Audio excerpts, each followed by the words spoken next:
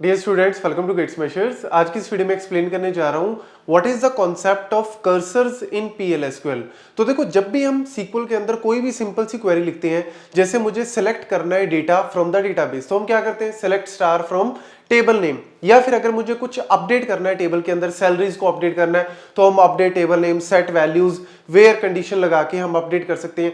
Delete करना है तो हम डिलीट फ्रॉम टेबल नेम। इस तरीके से हम लोग क्वेरीज जो है वो लिखते हैं। अब अगर मैं कर्सर को एक बार छोड़ भी दूं, अगर मैं नॉर्मली भी बात करूं कि यार अगर आपने अपने टेबल में से, जैसे फॉर एग्जांपल आपके पास एक टेबल है और वो टेबल के अंदर आपने सारे इंप्लॉइज का डेटा जो है वो सेव किया हुआ है, मतलब बहुत सारे इंप्लॉइज है, उनका डेटा जो है, इंप्लॉय की आईडी, नेम, सैलरी, डिपार्टमेंट, ये सारा डेटा जो है वो आपका पड़ा है। अब लेट्स से अगर आप कहते हो कि सर मुझे इसमें से, इस इंप्लॉय टेबल में से लेट्स से मुझे क्या करना है, सेलेक्ट स्टार करना है फ्रॉम टेबल, ठीक है, जैसे employee table where salary greater than let's say 1 lakh. मैं सिंपल सी मैं क्वेरी लिख रहा हूं कि जिनकी सैलरी 1 लाख से ज्यादा, मुझे उनका इंप्लॉइज का डेटा चाहिए। तो अगर मैं एक सिंपल सी क्वेरी को एग्जीक्यूट करता हूं, तो आपकी ये क्वेरी एग्जीक्यूट कैसी होती है, इसको पहले समझना जरूरी है। क्यों? क्योंकि आपको फिर ही कर्सर का जो है वो कॉन्सेप्ट समझ में आएगा।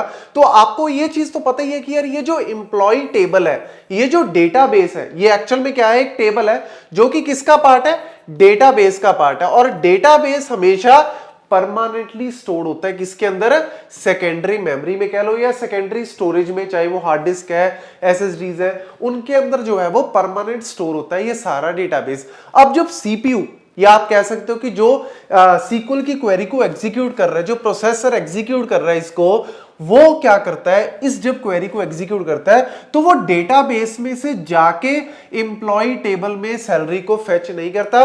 सबसे पहले क्या होता है, ये जो टेबल है ये उठ के आता है एक फास्टर मेमोरी के अंदर। ये बिल्कुल वही कॉन्सेप्ट है जो हम रैम के अंदर डिस्कस करते हैं कि आपका जो प्रोसेस है वो पहले होता है प्रोग्राम मतलब जो स्टेबल है मेमोरी के अंदर, जब उसको उठा के लाया जाता है रैम के अंदर, अब CPU उसको एग्जीक्यूट करेगा और वो बन जाता है प्रोसेस, प्रोग्राम का बन गया प्रोसेस। ऐसे ही आपका जो डेटाबेस के अंदर ये टेबल पड़ा है, इस डेटाबेस में जाके मैं चेंजेस नहीं करूंगा या मैं डेटा नहीं उठाऊंगा, क्योंकि ये तो बड़ा कॉस्टली प्रोसेस हो जाएगा। कॉस्टली मतलब बहुत ज्यादा टाइम लगेगा। CPU प्रोसेसर तो बहुत फास्ट होता है, लेकिन जो मेमोरीज है ये बड़ी स्लो है। तो इस टेबल को पहले उठा के लेके आना पड़ता है एक टेम्परेरी मेमोरी के अंदर, एक टेम्परेरी स्पेस के अंदर, जहां पे आप क्या करो, जो भी क्वेरी आपने लिखी है उसको एग्जीक्यूट करो, मतलब इसके ऊपर स्कैन करके वो सारा आंसर आपको दे देगा। तो ये एक्चुअल में क्या है, इसकी कॉपी आप कह सकते हो कि टेम्परेरी मेमोरी के अंदर, एक एरिया के अंदर आ जाती है और वहां पे CPU या प्रोसेसर आप कह सकते हो कि उसको एग्जीक्यूट करता है। और ये जो एरिया है जहां पे एक्टिव डेटा आपका वर्क कर रहा है, उसके ऊपर कुछ काम चल रहा है, वो क्या है, आपका कर्सर है। बस यही सिंपल सा कॉन्सेप्ट है। आप इसको ऐसे भी कह सकते हो कि ये आपका एक वेयर हाउस है, जैसे आपका कपड़ों का शोरूम है,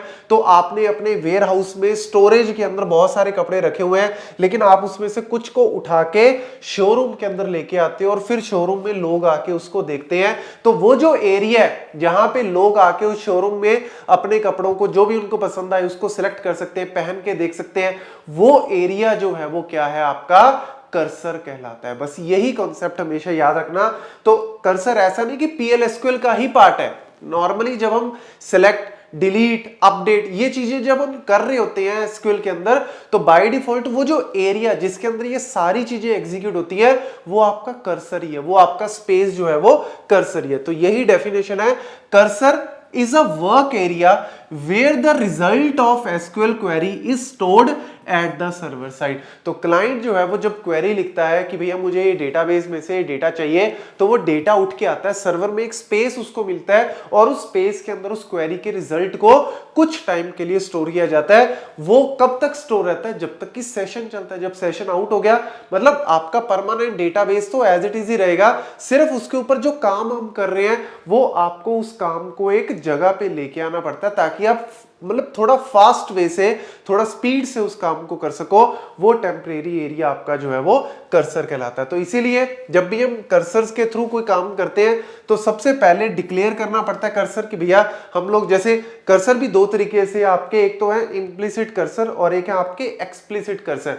कुछ नहीं है, बड़ा सिंपल सा कॉन्सेप्ट है। बाय डिफॉल्ट जब आप नॉर्मल सिलेक्ट, डिलीट, अपडेट कुछ भी आप कर रहे हो तो बाय डिफॉल्ट इम्प्लिसिट कर्सर, जो कि सीक्वल खुद से जनरेट करता है, खुद से काम करता है। लेकिन अगर आप उसी एरिया को, जिस एरिया पे आप वर्क कर रहे हो, उस जो शोरूम को अगर आप कुछ नाम दे दोगे कि भैया यहाँ पे आके कपड़े देखो, यहाँ पे आके आप कपड़ों को चेक कर सकते हो, एक आपने नेम दे दिया उस एरिया को, जब आप उस एरिया को नेम दे देते हो वो बन जाता है आपका एक्सप्लिसिट कर्सर, क्योंकि उसमें यूजर कुछ नेम देता है। That is what the explicit cursor, इसीलिए इसको यूजर डिफाइंड जो है वो बोला जाता है। बाकी की कहानी जो है वो सेम ही है। एग्जांपल से आपको और भी समझ में आएगा। लेट्स सपोज मैं यहां पे इसको जो है वो एक कर्सर के जो एट्रीब्यूट्स हैं, कर्सर के एट्रीब्यूट्स की अगर हम बात करें तो कौन कौन से एट्रीब्यूट्स हैं कर्सर में? जनरली 4 तरीके से एट्रीब्यूट्स आते हैं। Percent is open, percent found, percent not found, percent row count. बड़ा सिंपल सा है, दिखने में मे भी आपको लगेगा पता नहीं क्या चीजें चल रही है, बट कुछ भी नहीं है यार। आपने एक टेबल से डेटा को फेच किया, आपने एक टेबल से डेटा को फेच किया, जैसे मैंने आपको एग्जांपल अभी कराया कि एम्प्लॉय टेबल में से वो सारी रोज निकाल लो, वो सारे एम्प्लॉयज निकाल लो जिनकी सैलरी 1 लाख से ज्यादा है। अब अगर ऐसे एम्प्लॉयज एग्जिस्ट करते हैं, अगर ऐसे एम्प्लॉयज हैं, तो अगर आपने परसेंट फाउंड लिखा, परसेंट फाउंड का मतलब क्या है कि अगर वो चीज मिल गई, उस टेबल में से वो चीज फेच हो गई, तो यानी ये रिटर्न करेगा ट्रू। ये हमेशा ट्रू और फॉल्स रिटर्न करते हैं। अगर आप पर्टिकुलर क्वेरी को सर्च कर रहे हो कि भैया वो सारे एम्प्लॉयज निकालो जिनकी सैलरी 1 लाख से ज्यादा है, और ऐसा अगर कोई एम्प्लॉय है ही नहीं, तो ये परसेंट फाउंड क्या रिटर्न करेगा? फॉल्स रिटर्न करेगा। ऐसी परसेंट नॉट फाउंड, ये उल्टा हो गया कि अगर आपने लेट से परसेंट नॉट फाउंड किया और अगर आपको क्वेरी जो है, मतलब आपने कोई क्वेरी लिखी और परसेंट नॉट फाउंड लिखा, और अगर वो बाकी में वो नहीं फाउंड हुआ, तो यानी वो ट्रू रिटर्न करेगा, अदरवाइज वो फॉल्स रिटर्न करेगा। रो काउंट, आपने लेट से कोई क्वेरीज के थ्रू एम्प्लॉइज की सैलरीज में कुछ अपडेट करने की कोशिश की, अब वो जो इफेक्ट है वो कितने रोज के ऊपर लग रहा है, मतलब आपने कुछ चेंज किया, वो कितनी जगह पे वो काउंट हो रहा है, उस चीज को हम काउंट कर सकते हैं कि कितनी रोज आपकी अफेक्ट हुई, वो रो काउंट के थ्रू हो सकता है। और एक है आपका ओपन, ये सिर्फ एक्सप्लिसिट कर्सर के साथ ही यूज होता है। ये एक्चुअल में क्या होता है कि जब हम कर्सर्स को यूज करते हैं, चाहे हम जैसे पाइथन के अंदर भी अगर मुझे सीक्वल की क्वेरीज को एग्जीक्यूट करना है, तो हम कर्सर्स के थ्रू एक कनेक्शन क्रिएट करते हैं और फिर क्वेरीज को लिखते हैं। तो उस केस में हमें एक्सप्लिसिट कर्सर्स में पहले कर्सर को ओपन करना पड़ता है, फिर कर्सर को क्लोज करना पड़ता है। इम्प्लिसिट के केस में कोई ओपन क्लोज नहीं होता, वो बाय डिफॉल्ट जो है वो हो जाते हैं। ऐसी अगर मैं बात करूं कि सिंटेक्स क्या है, अगर आप इम्प्लिसिट कर्सर में यूज करना भी चाहते हो, ऐसा नहीं कि इज ओपन यूज कर ही नहीं सकते, करना चाहते हो कर लो, नहीं भी करोगे तब भी काम चल जाएगा। एक्सप्लिसिट में कर्सर करना पड़ेगा, और इसका सिंपल सा सिंटेक्स है SQL percent is open, percent found, SQL percent not found, SQL percent row count. और यहां पे आपको पता ही है कि भैया एक्सप्लिसिट में हमें नाम देना पड़ता है कर्सर का, तो कर्सर का नेम साथ में परसेंट इज ओपन परसेंट लगा के आप कैसे भी इसको यूज कर सकते हो। एक छोटा सा एग्जांपल यहां पे आपको देता हूं। लेट्स से हमारे पास एक टेबल है, और उस टेबल में जैसे मैं चाहता हूं कि कितनी रोज, whether the row is updated और नॉट। अगर मुझे इस चीज को दिखाना है कि ये बताओ भैया, एक मैसेज डिस्प्ले करे कि क्या रिकॉर्ड मेरी अपडेट हुई या नहीं हुई, उसके लिए मुझे एक सिंपल सा जो है वो यहाँ पे इसको लिखना है कर्सर को। तो मैंने क्या किया, begin update employee set branch city is equal to Delhi where employee ID is equal to, user से हमने कोई एम्प्लॉय आईडी ले ली, मतलब मैं चाहता हूं बैकएंड से मैं कुछ ब्रांच को अपडेट करना चाहता हूं कि भैया एम्प्लॉय की ब्रांच जो है वो दिल्ली कर दो। लेट से आप यूजर से लेने की बजाय इसको सीधा 10 कर दो कि भैया एक सिंपल सी क्वेरी है, एम्प्लॉय आईडी 10 की ब्रांच को दिल्ली, जैसे होता है ना बैंक वगैरह में इधर से उधर शिफ्ट होते रहते हैं, तो लेट्स से आपने क्या किया कि एम्प्लॉय आईडी जिसकी 10 है उसकी ब्रांच दिल्ली कर दो। तो आपने एक सिंपल सी क्वेरी लिखी बिगिन के अंदर update employee set branch city is equal to Delhi where employee ID is equal to 10। ये तो हम सीक्वल के अंदर भी लिखते ही हैं, तो बाय डिफॉल्ट ये चीज आप इसके अंदर भी लिख सकते हो।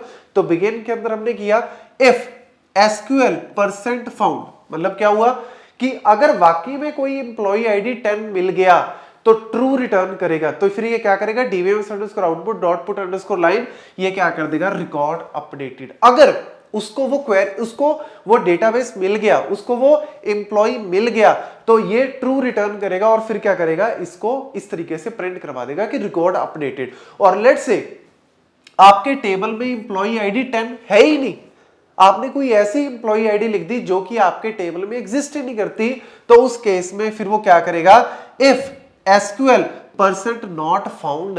अब देखो ऑब्वियसली अगर आपको क्वेरी नहीं मिली, वो वाला बंदा अगर नहीं मिला, तो नॉट फाउंड ट्रू हो जाएगा, और अगर नॉट फाउंड ट्रू हो गया तो उसने कह दिया भैया रिकॉर्ड नॉट अपडेटेड। एक तरह से आप ये कह सकते हो कि वो बंदा मिला ही नहीं जिसकी आप ब्रांच अपडेट कर रहे थे। तो इस तरीके से आप फाउंड नॉट फाउंड को यूज कर सकते हो। तो ये एक तरीका बताया। आप क्वेरी ये तो पहले भी आपने देखी है, ये सीक्वल की क्वेरी तो आपने पहले भी की हुई है, तो आप इसको डायरेक्ट भी कर सकते हो, लेकिन आप कर्सर के थ्रू थोड़ी एक्स्ट्रा फंक्शनैलिटीज जो है वो इसके एट्रीब्यूट्स को यूज करके लिख सकते हो और आप समझ सकते हो कि कैसे जो है वो वर्क करता है।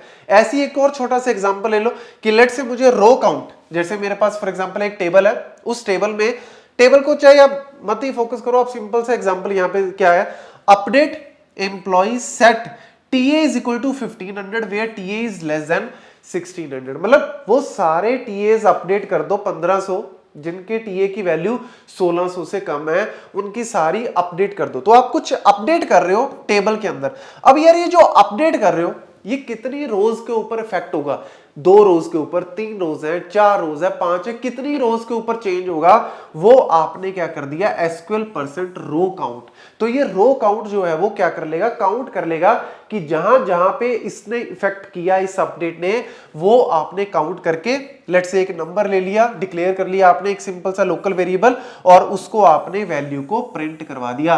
तो ये क्या करेगा, जितनी रोज इफेक्ट हुई, टोटल नंबर ऑफ रोज, उनका काउंट जो है वो प्रिंट करा देगा। ये एक सिंपल सा एग्जांपल आपको इसलिए दिखा रहा हूं, आपको पता लगे कि आप बिना कर्सर के भी वही काम कर ही रहे हो, लेकिन कर्सर के साथ एक्स्ट्रा फंक्शनैलिटीज आप उस एरिया के ऊपर, जिस एरिया में ये वाली क्वेरीज एग्जीक्यूट हो रही है, उस एरिया के ऊपर आपको एक तरह से थोड़ा और फंक्शनैलिटीज मिल गई, थोड़ी और फ्लेक्सिबिलिटी आपको मिल गई कि आप कुछ एक्स्ट्रा एट्रीब्यूट्स उसके अंदर यूज कर सकते हो। नेक्स्ट वीडियो में हम लोग एक्सप्लिसिट कर्सर्स के बारे में डिस्कस करेंगे। Thank you.